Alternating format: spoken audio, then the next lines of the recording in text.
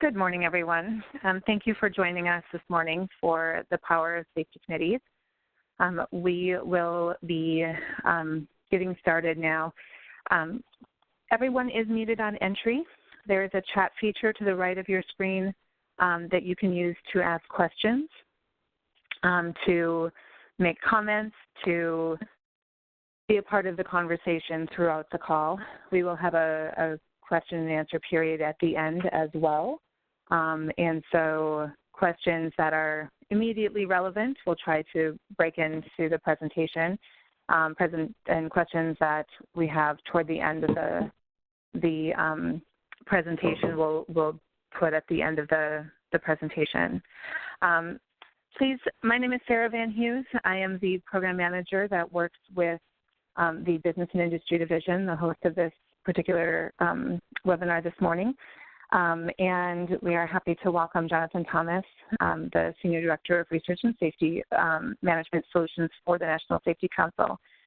He has led the team that helps organizations measure, assess, benchmark, and improve their safety management systems and safety cultures for a little bit over a decade, and is the resident expert in all things safety management related. So I'm going to hand over the microphone to him. So thank you, Jonathan, for joining us this morning. Thank you, Sarah. Good morning, everyone. I am delighted to be here today. Greetings from sunny, beautiful Chicago today. It's rare that we have not much humidity, a sunny day here, and it's cool. So we are happy to be here and to talk about safety committees. They play such a crucial role in developing and improving safety culture. I'm going to, while I'll be doing most of the presentation, I would invite attendees to submit to chat and submit questions, or if you have a comment or a contribution to our conversation here this morning, please don't hesitate to do it. And I've got Bernadette sitting here with me who will help manage the chat, and she might chime in or interrupt me along the way to ask your questions or to provide the comments as we move along here this morning. I'm going to start by having you go to a little bit about the National Safety Council. I know most of you know this, and I'm probably preaching to the choir, but the National Safety Council is a non-for-profit membership organization that's been around more than 100 years. Our mission is to eliminate all preventable deaths and injuries at work, in our homes and communities, and on our roads. We do that through leadership. We do that through research. That's the group that I get to work with here at the National Safety Council, through education and through advocacy. I would like to start our conversation about safety committees by having you all do a little self-assessment with regard to your organization that you currently are working at. This is a maturity, functionality of safety committee maturity scale here. And if you'll just pause and read each one of these, I'll read them with you, and just kind of are right now in terms of the maturity of your safety committees at your organization. So a 1 is that you don't currently have a safety committee, or it's pretty much at best informal. It primarily consists of supervisors or EHS staff. Responsibility is not really defined, little or no decision-making authority or ownership there. That's at level 1. Level 2, there is a formal EHS team established at your organization. The EHS team responsibilities are defined and written down, and they're assigned to personnel that are on that committee. Authority and ownership are limited, but there is some there. At level 3, you do have an EHS team, and it includes staff from various employee levels who participate in defining the charter. Roles and responsibilities, expectations are communicated, documented, training is provided, evidence that responsibilities are fulfilled. So they're gathering and tracking data on actions taken.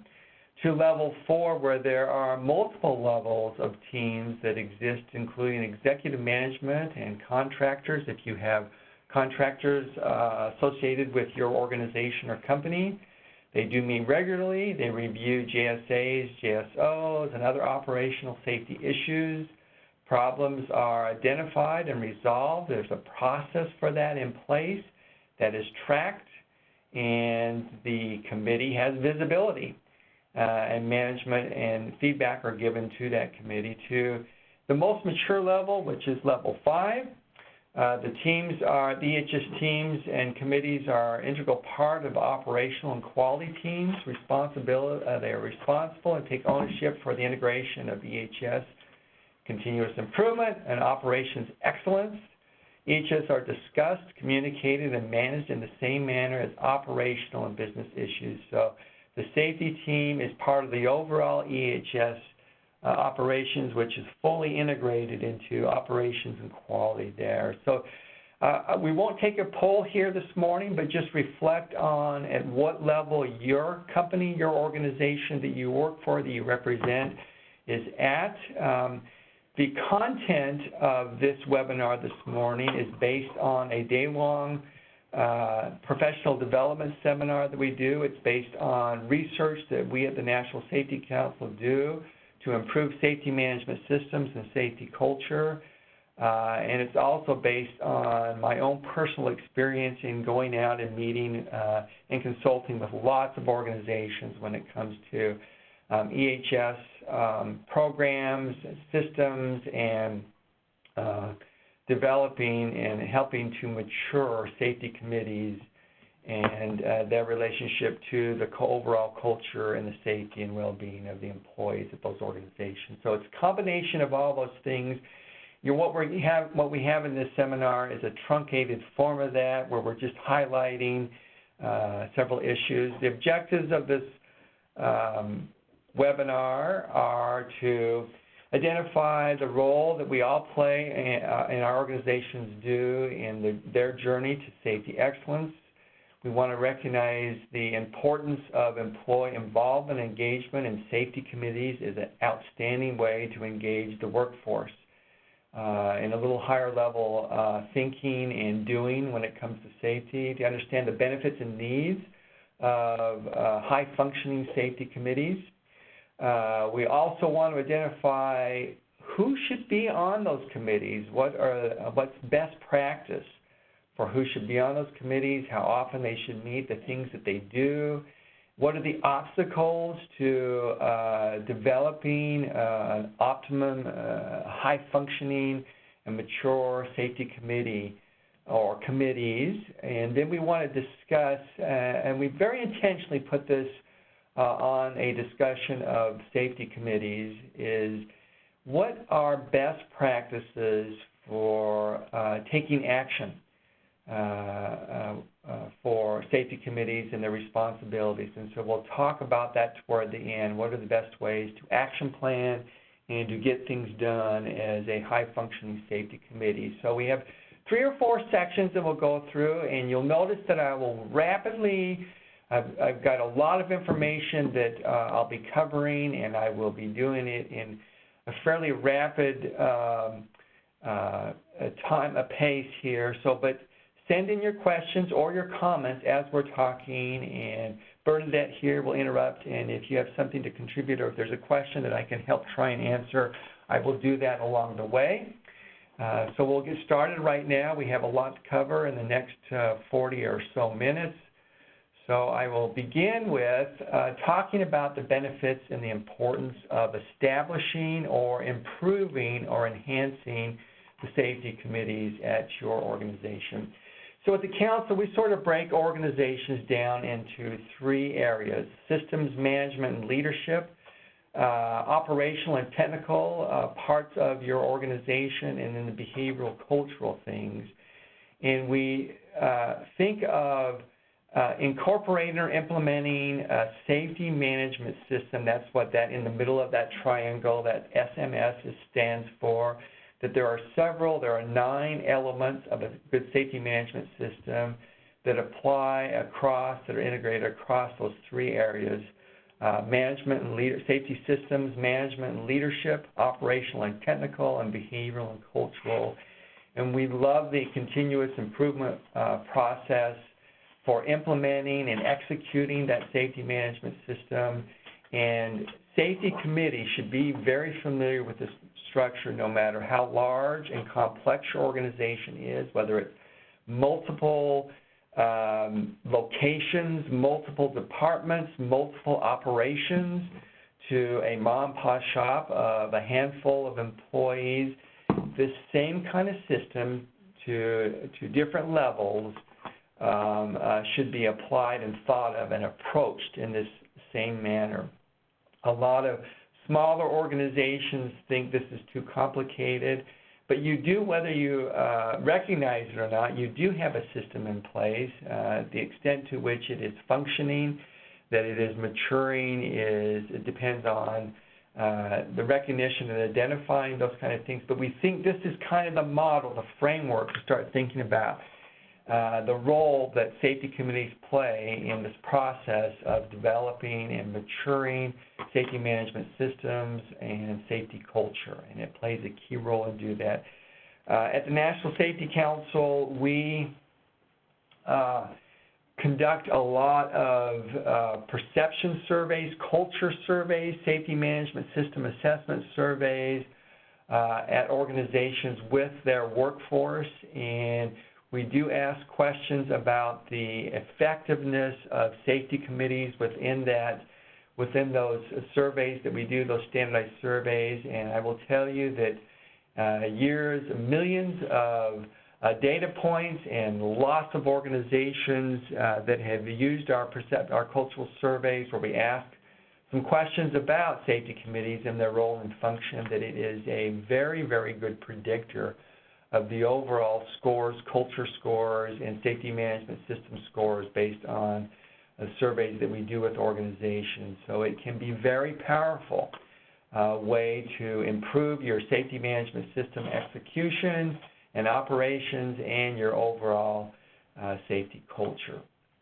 National Safety Council, in doing research and studies to prep for and develop this day-long professional development seminar on safety committees, I learned that the National Safety Council has been talking about the importance of safety committees almost from the beginning. On the right there, you'll see a flyer or an information sheet that was published in 1918, so 100 years ago, where we were talking about the importance of safety committees. And if you look at those 6 bullet points there, they are consistent. They are still good best practice for what safety committees should be doing, what their role is, and those kind of things. So I thought that was very interesting that we've been talking about the importance of safety committees for over 100 years now, and it was pretty cutting edge there at the time as I look at that. But some of the general benefits that we see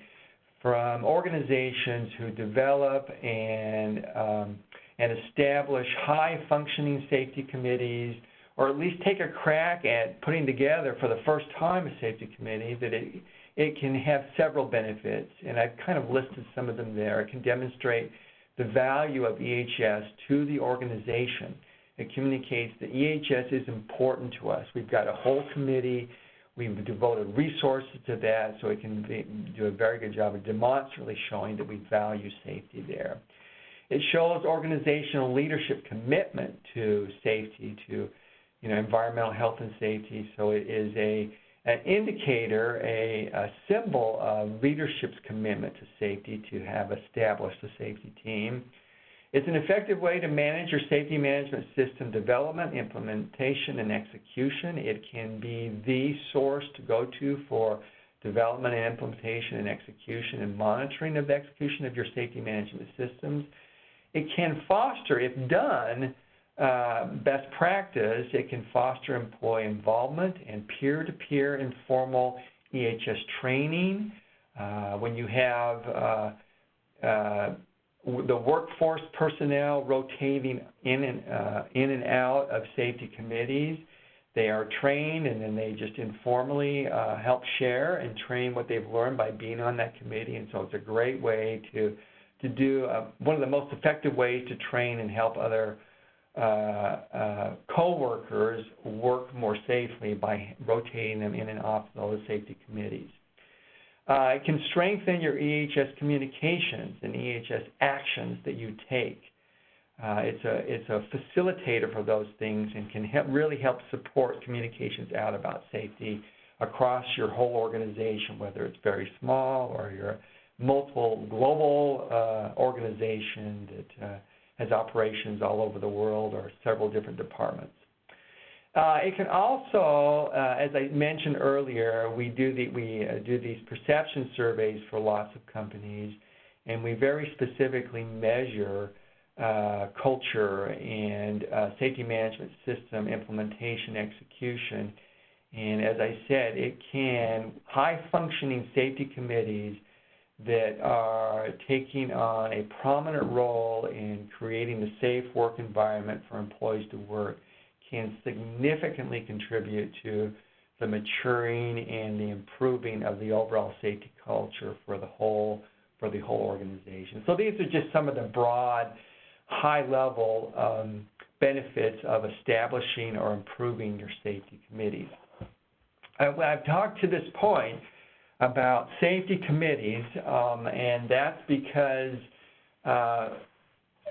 most of us think about using that term safety committee, but I would want to suggest and have you consider thinking about if you do establish or you're looking to improve your safety committee, is to think about changing terms from perhaps a safety committee, which is thought of as an oversight committee at best, and then just a committee that's just there to review things or just there because my state, OSHA, requires us to have a committee, or we're just being compliant by having this committee that's just a standing committee that just reviews things, or it's a committee designed to just complain about what's going on, to a safety team, which encourages thinking like a team is something that a lot of people are involved.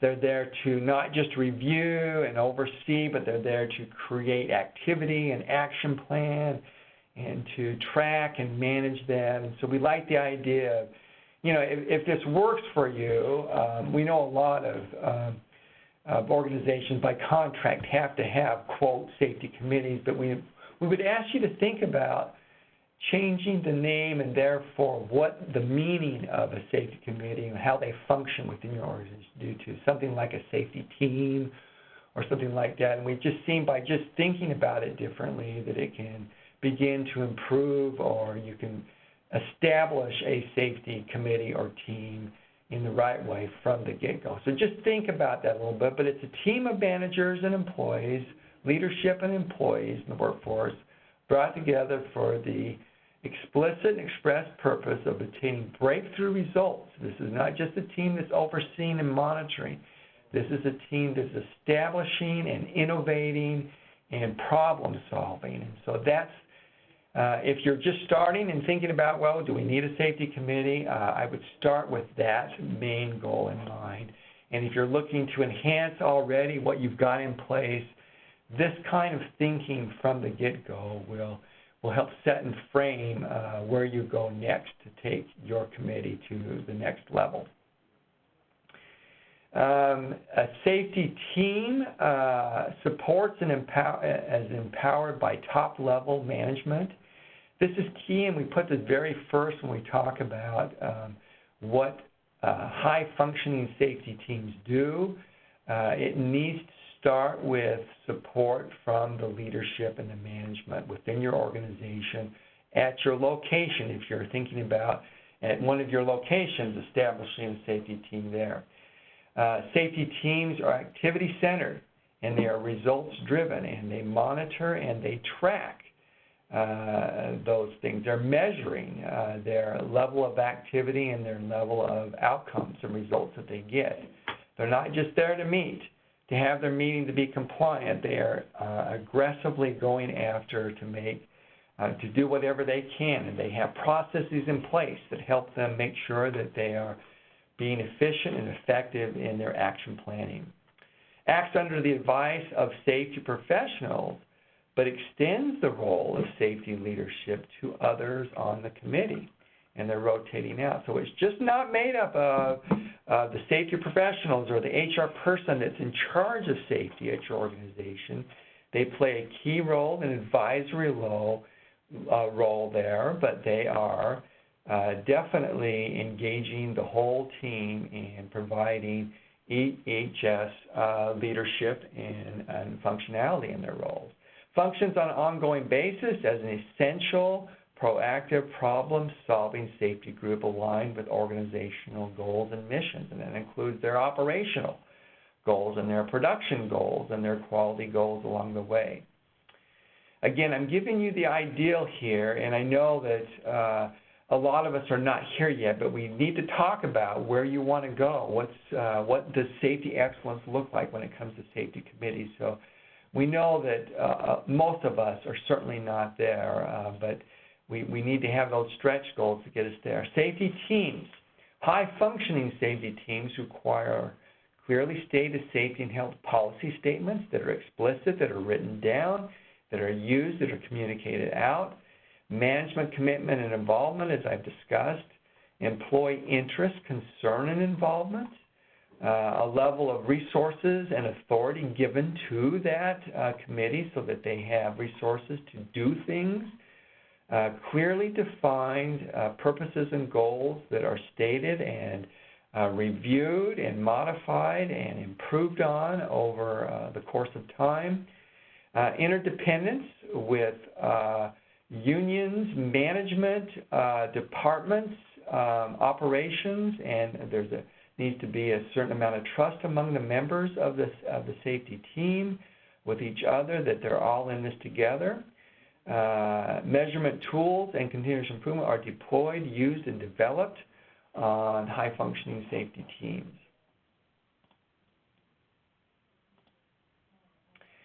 I want to now talk about the makeup. Bernadette, do we have any questions or comments about the benefits of safety team? If some of you do have, if you do have a comment about how your safety team has benefited you, please go ahead and use that chat function and we'll read them here.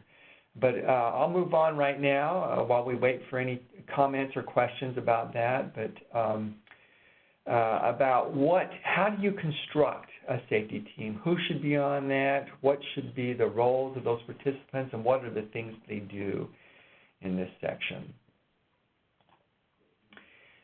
Safety team participants, they should reflect departmental representation across the organization. So if you're a small organization with one location and maybe 1 or 2 or 3 departments, you should have at least one representative from each department on that team. It should reflect there. If you're a multi-department, multi-operational, then you should make sure that you have representation from across the organization operationally.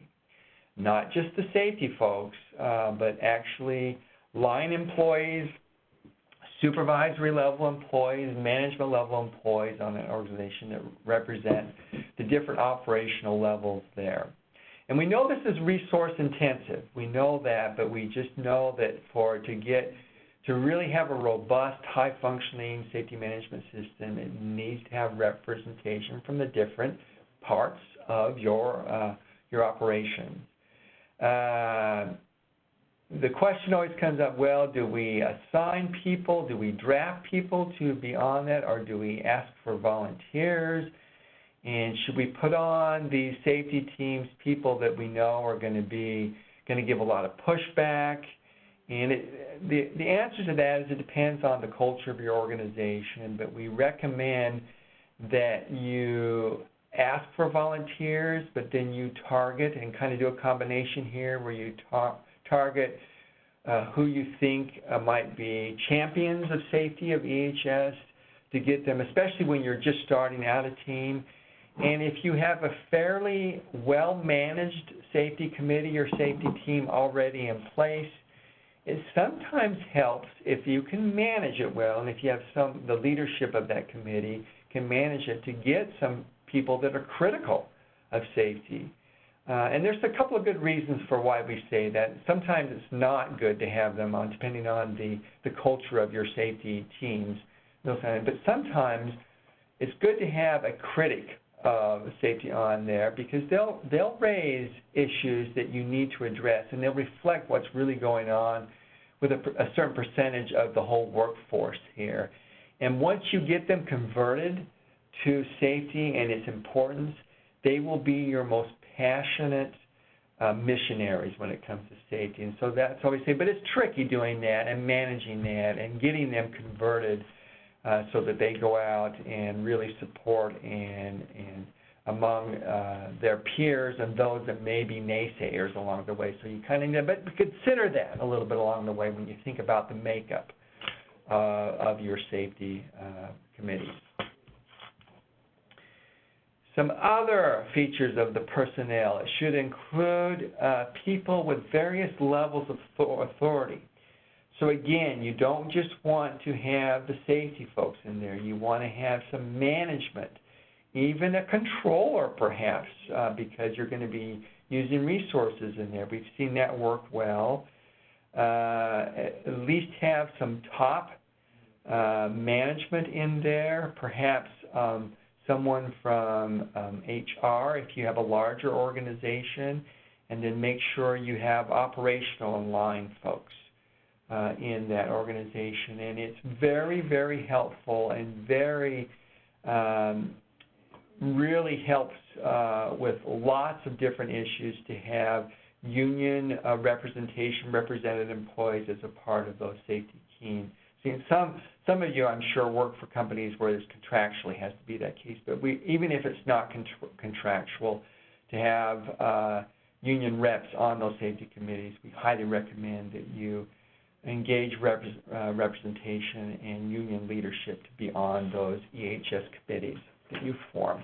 And we know that can be tricky for lots of reasons, but we know that that is the best way to develop robust high functioning, is to have everyone involved and working on the same goals together. Safety can be a great bridge between companies and the unions there too. So, and safety committees is a way where that bridge can be built. Secure commitment and consistent management participation. So it's not like management on these committees is just a figurehead and they show up to establish it. They are on that committee. They're rotating management on and off that committee so that different managers and leadership are aware of what's going on when it comes to safety and safety culture, and that they are seen, that they are there, they are taking a role on this committee. And that sends all sorts of good messages to the whole workforce when leadership is attending that safety team meeting that you have once a month or once a week or once a quarter, and that their community, they're referring to that in their communications out. So it's just crucial that they are consistently there and engaged on those safety committees. And we know that's a huge commitment, but that's what companies who consistently are the best. They're in the top, best in class when it comes to safety and overall operations. Their leadership is involved in safety committees, and they're involved in paying attention to those kinds of things. Include people with various skills and expertise and experience. And in our day-long course, we have the various skills of the different personnel that you have on your committees and what they're good at and what their experience is. And so that's good to keep track of that. And you always want to make sure that you have a variety of skills and expertise on those committees if you have larger operations and those kinds of things. Come to meetings prepared. High-functioning safety team participants come prepared. They come on time because it's important to them. This is an important part of my whole job here at this company. Actively participate and provide positive contributions. Share your knowledge and experience. These are folks that will need to be able to do these things and not be, bashful about doing that kind of thing there. Speak up even when you disagree. High-functioning, mature safety committees allow for healthy, robust debate about things. Safety is complicated and it's complex, and so there can be disagreement. there's perhaps more than one way to do things, and so it's nice to encourage it if it's managed well by the safety leads there on the committee. It's a good thing to have people, and so people shouldn't feel like they can't say anything that's disagreeable or that makes them look like safety's not important to them. You don't want to create that kind of a culture within these committees. Practice the members of the team should practice good listening skills, cooperative problem solving. The key there is cooperative problem solving. So being a team member and working and collaborating with each other. Follow through on team assignments should be very important to each member of the team. So if they are given an assignment, they go for it and do it. It's important to them. It's part of their job as being a member there. We recommend that you not just have the safety EHS professionals that are on the committee be the de facto team leaders. We recommend that best practice would be to elect, and as a team, to elect the leaders and rotate those leaders in and out based on a term of that, so that lots of people get leadership opportunities on the safety team. We also recommend, when you have the resources and if you're a large enough operation, that you rotate team participants, members of the safety team, on and off. Now, this is management-wise, this can be a little resource-intensive to do that. It takes a lot of work, but it's a great way to expose a lot of the workforce to safety teams, safety training, and they all become safety professionals after having been on that team, and they go back and they can help. So we like that, but it is resource-intensive, and you just kind of have to make your best judgment on whether to do that.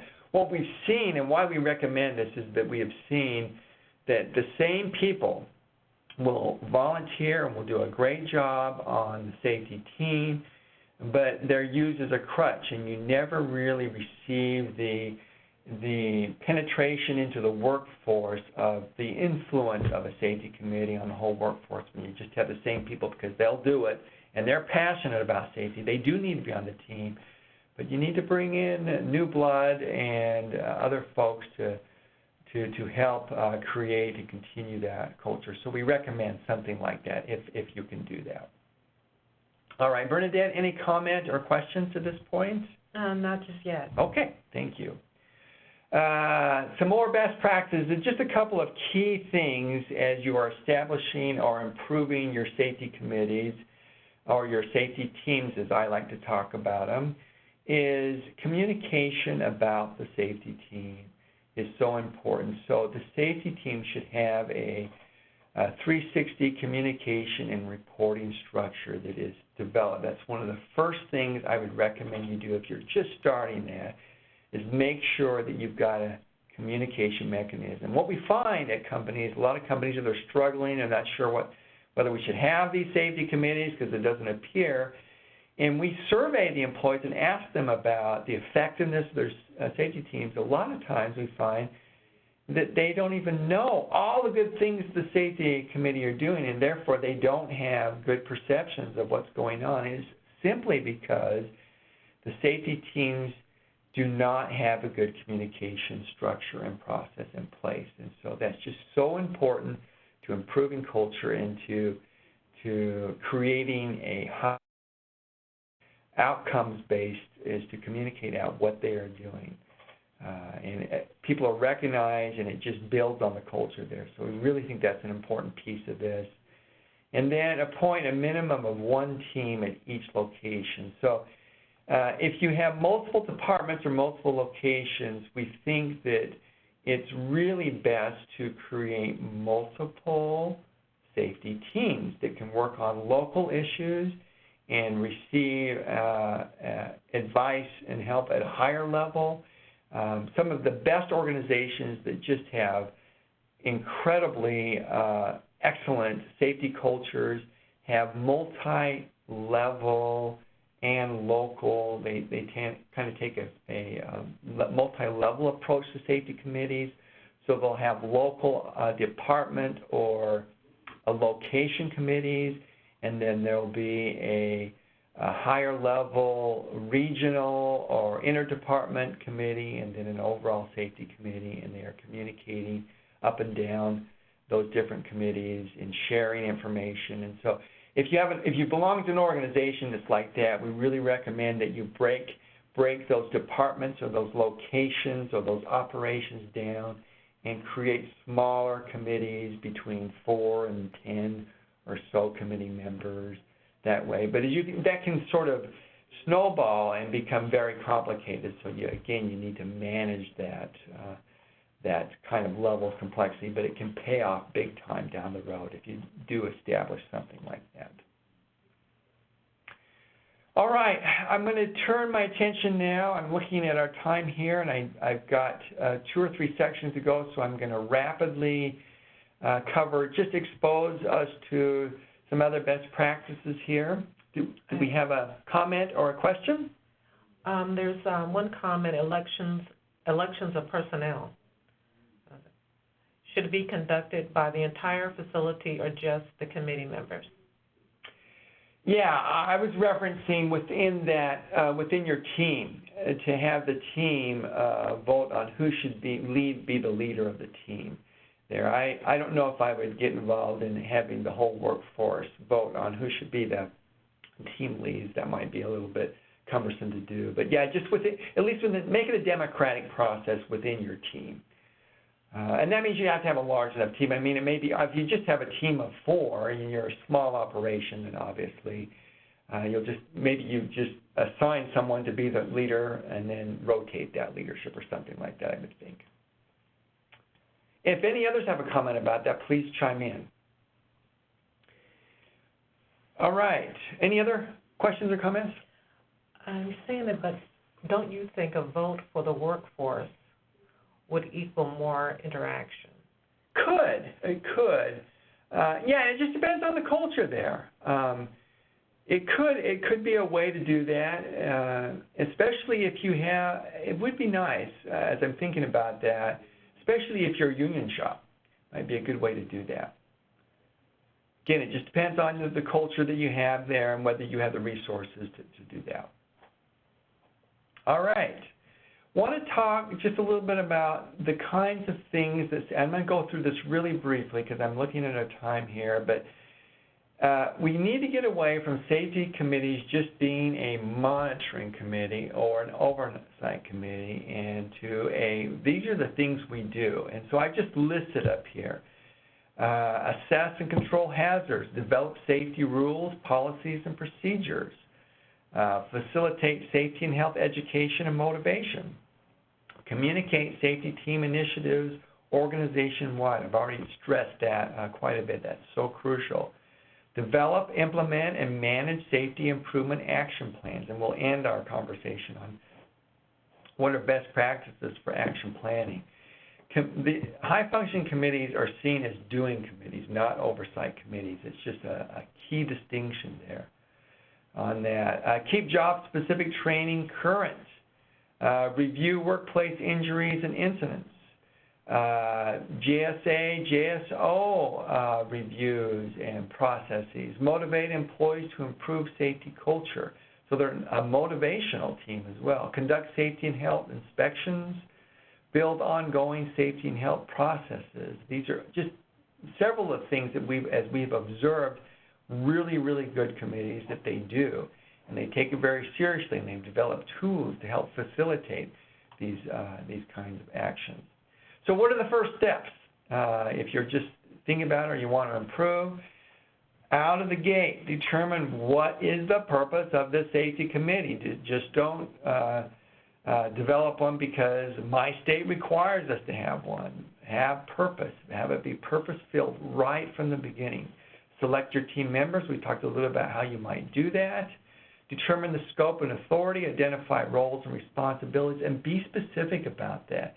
We have in our day-long workshop, we have actually some tools and some spreadsheets that allow you to very specifically identify the roles on your, track them of your participants, and so you get a good idea of who you need on that committee and those kinds of things. Determine your operating procedures for that committee. And that's all done up front. Update your organization's safety and health policy. So one of the first things you do is look at that and see where we're at on that. Does it need updating? Does it need communicating better? Understand the safety team's essential activities. What are we here for? What are we going to be doing? We're not just getting this to get off the line. This is not the purpose of this. It's just to get me for an hour off the line kind of thing. Determine who and how many representatives will serve on the team. Develop SMART goals and measure them. We really support that. You'll hear me end on that using the SMART goal action planning method. Train members, hold regular meetings. It shouldn't be ad hoc. Those as-needed meetings should be in between the meetings that you meet on a consistent and regular basis. It's important to establish that. Also want to just mention what should happen, what should be taking place, how to facilitate very productive meetings once you're meeting on a regular basis. Make sure that you've got meeting logistics, where, when, what kinds of things we need for our meetings in place. I know it goes without saying, have an agenda, but you'll be surprised at how many committees don't even have an agenda. I just can't overemphasize that. There's all sorts of templates for a good safety meeting agenda out there. Distribute agenda to all attendees prior to the meeting. That means you're on top of this, you're organized, you're efficient, giving them a heads up about what we'll be talking about. They shouldn't be just looking at an agenda. When they get to the meeting, they should be thoughtful and really be ready to contribute their 2 cents on the agenda items. Start the meeting on time, because it's important. This is an important meeting. We're going to do it how we said we're going to do it. Define the roles and expectations. Rotate leadership. Some of the things that we've already covered. Set objectives and measure those results. I can't overemphasize how important it is to track and measure the activities and communicate those out to the whole workforce and to management. Set a realistic pace. Don't run faster than you can when it comes to establishing and executing on safety committees. Be realistic about that. That's part of the SMART process. Encourage feedback and evaluation from the members of your teams. Strive for 100% participation. Every individual that's on those teams is important. We need you there. Apply the what's in it for me principle. What are they going to gain? And be specific about that, what they're going to get out of that. And so there's a bit of a public relations piece to developing high-functioning safety teams. Use safe EHS language and terms. Build their vocabulary and their understanding of that so that they talk that way as they go back to their jobs and that kind of thing. That's part of the peer-to-peer training kind of thing. Describe the big picture as well as the details for make sure that you don't get just buried in the details of what you do on those teams, but you always remind them of what this is about. This is about making a safer place for everyone within our organization to work and be productive. Use internal, external experts as resources. Bring them in as part of your safety team or at an advisory or consulting level, or just to come and present on a safety issue that your committee is struggling with within your operations. Look for those opportunities. Foster enthusiasm, avoid negativism, and that's different from critical analysis of your safety issues and what we should do. Include on and off the job safety health topics on these committees. Some of the best organizations that have very high functioning, they're all about safety at work and safety at home with the families of their employees. That's the best. That is best practice for high functioning organizations who really use those committees. They see it as their responsibility to keep their employees safe on and off the job. Ask for future agenda topics. What do we need to put on our agenda for the next time? Ensure records are kept.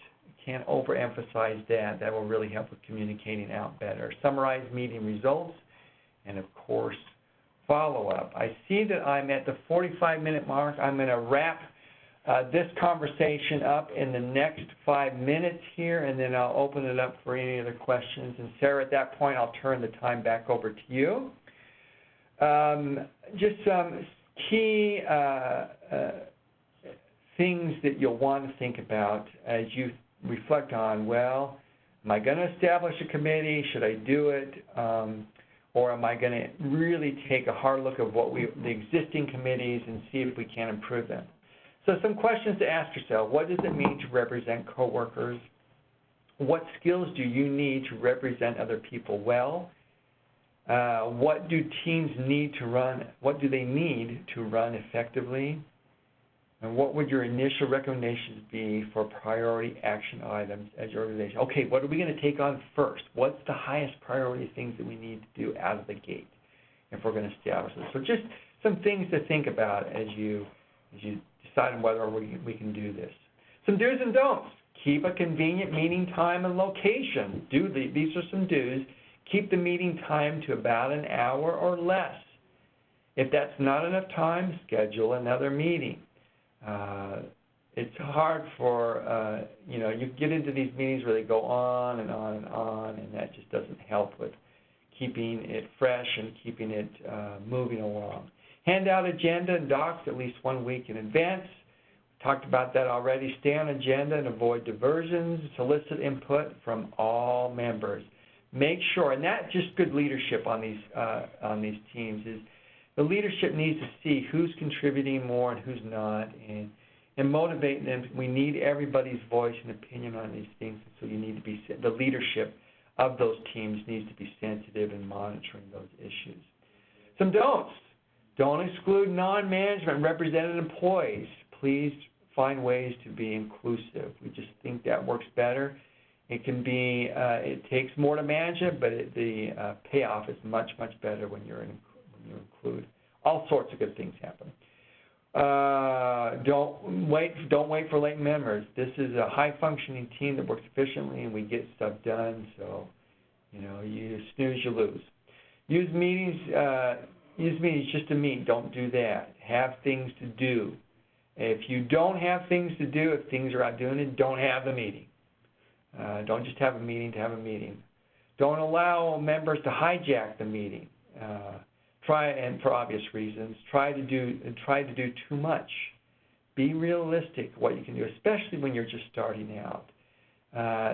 Pick a few things, do those things well, and then add to that as you become more proficient at doing that. So don't bite out. A lot of people get excited, especially leadership. Oh, this safety team is going to do all this work, and you need to sort of dial it down a little bit, be realistic about when you start, because you start doing things and then you get so diffused in what you do that nothing ever really gets done, and then you actually subvert what you're trying to do as a safety team there. And your meetings on time, which is what I'm going to try and do with this webinar here. So I want to move on. Just want to talk for just a minute. I'm going to breeze through this, but it's so critical to successful, effective safety committees or safety teams is knowing how to action plan. We like the SMART process. Action planning is just invaluable process and method in which you develop a well thought out and logical path to effectively address EHS issues within your organization. We like the SMART process. It should carefully lay out how our strategic goals will be accomplished. The how, that's important there. We like the SMART process, that those goals and actions should be specific, measurable, action-oriented, realistic, and time-bound. We go to a lot of organizations and we note that we use the SMART process, but when we actually review their SMART action countermeasures or action items, they're pretty sketchy typically. And so we actually have developed a tool that gets real specific about, and this is the tool, you can just see a look at this. This is something we use in our day-long seminar on this topic, but we get into what do we mean by specific here? What do we mean by measurement? We want you to think about measuring this goal or this action in a couple of different ways. What do we mean by realistic and action-oriented and time-bound? And so this is just a little tool that we have developed. You can develop your own, but we want you to really be specific about following that SMART and train and make that a part of the process. And so it's just so critical that those safety teams are seen as, by the workforce, as doing teams, that we get stuff done. And that will just snowball into high functioning, and that will transform your culture. It will reduce injuries. It will make, operationally, it will improve operations overall, not just make things safer. It will help contribute significantly to the overall operations of your team if done well.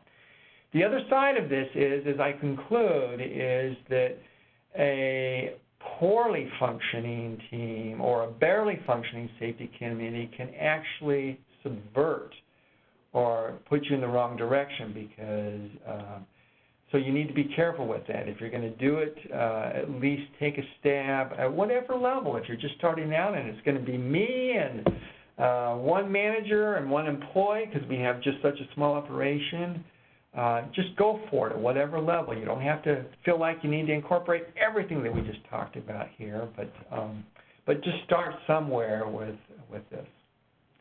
Bernadette, is there a comment or a question? Just one question. Is the action planning tool available for members?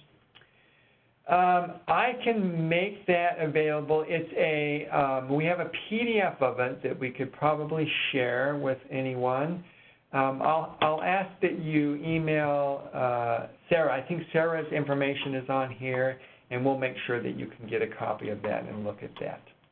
We do conduct action planning workshops that are day-long workshops that deploy this tool, and we really get into specifics on how to use it. And we would also be happy to do that with organizations that really wanted to do some training with their safety committees on how to action plan, and we can come in as a third-party consultant to help develop that maturity and that execution in that process. All right, let me just summarize here some things pitfalls to avoid, and then I'm going to stop talking and we'll take any questions.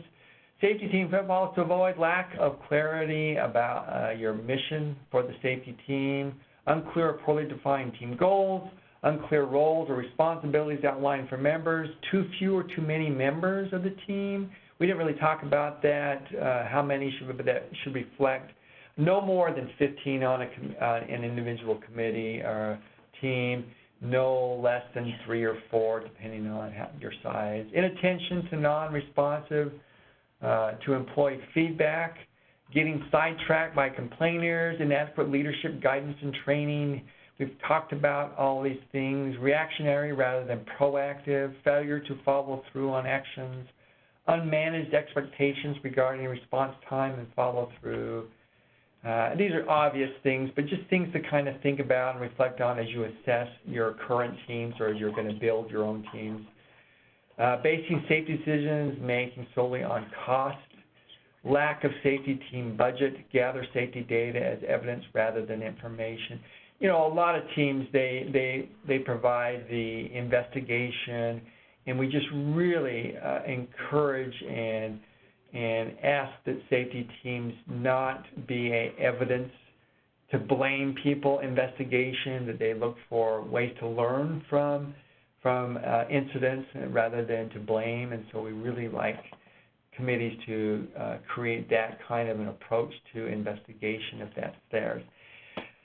Thank you so much, all of you. That will end this webinar. I'm going to turn the time back over to Sarah here to close things out, unless there are any other comments or questions, Bernadette.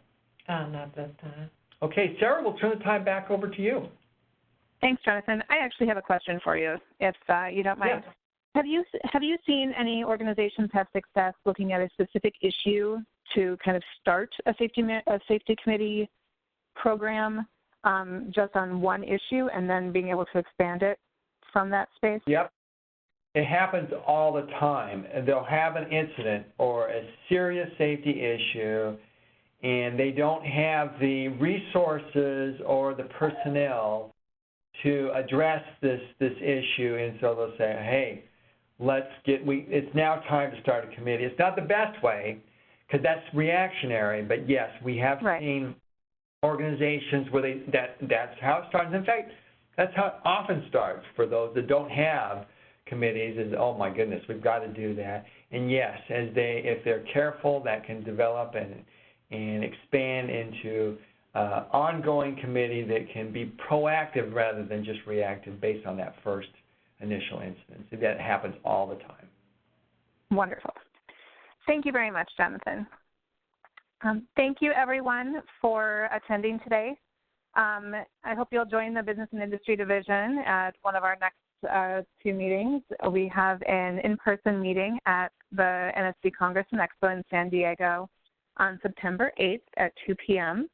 We also have our next webinar scheduled for December 3rd at 10 o'clock Central, as today was. That topic will be on fall prevention, and so look for more information on that coming soon. Other ways to engage with our division, if you are looking for a way to bring safety to your entire organization and to help them bring it into the community, the Business and Industry Division is also working with the Safety Ambassadors Program to engage companies around that, so you can work with your teams on site and then send your information back and celebrate as a group the work that you've done to bring safety into the community. We also have a volunteer group that is working on member checklists. And so if you're interested in sharing your expertise on checklists that small businesses can use to make sure their safety programs are up and running, please let me know. And as usual, you can also find us on LinkedIn as well. If you have any questions about any of these initiatives or want to get involved further, please let me know. You should be able to get my information pretty easily or check out nsc.org/divisions. Thank you all for coming today. Have a great afternoon.